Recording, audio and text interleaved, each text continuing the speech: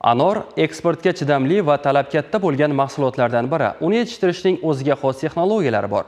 Buni yaxshi o'zlashtirgan dehqon va mirishkorlar mehnatdan munosib daromad olishlari mumkin. Fikrimizni Yangiariq tumani misolida davom qildiradigan bo'lsak, hududda bu borada katta tajriba bor. Aholining ko'pchilik qismi yerdan unumli foydalanish orqali xonadoniga farovonlik olib kirgan. Mavzuni muxbirimiz davom ettiradi. Yangiariq tumani Boyot mahallasining asosiy drayveri tadbirkorlik va dehqonchilik. Aholi dala tomorqasidan samarali foydalanish orqali bog'dorchilikni keng yo'lga qo'ygan. Mana bu dala maydoni 15 sotixni tashkil qiladi. Undagi pishib yetilgan anorlar astoydil qilingan mehnat natijasi. Bu yerda 130 tup anor daraxti bor. Ularning har biridan 50 kilogrammdan ortiq hosil olish mumkin. Umumiy tomorqadan olinadigan meva salmog'i esa 5 tonnagacha yetadi. Boyotlik Islombek Abdullayev shu anorzordan turmushini to'kis qilmoqda. Mirishkorning bu sohada 40 yillik tajribasi bor. Dehqonchilik an'anasini 3-avlod sifatida shakllantirib, 4-avlod vakillariga ham yetkazmoqda. Yaşlıktan bize bunu kalamçadan kal etkemiz bunu. 5-6 sotik yeredi, bazı 15 sotik vardı. Tene oğutlar beremiz, suyunu beremiz vaktinde.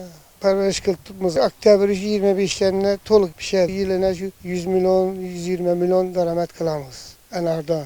Bildirişi 4 tonnadan olsak bir 5 tonna pahalaştırıp oturmuş. İlacı olsa sayarak buluşu gerek. Tüm yittirak kuyaş olsa kuyaş aladım onu.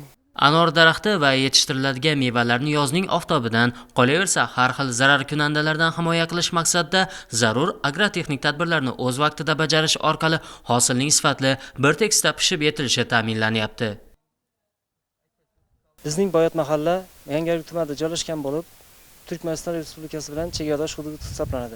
Hozirgi kunda mahallamizda 528 ta xonadon mavjud bo'lib, 2450 fuqaro istiqomat qiladi. Mahallamiz drayverdan kelib chiqib, fuqarolarga imtiyozli kreditlar va subsidiyalar ajratib kelinmoqda. Hozirgi kunda ishsizlik 95% ga mahallamizda qisqargan bo'lib, yanada shu kredit va subsidiyalar orqali 100% ishsizlikni bartaraf etishga erishmoqchimiz.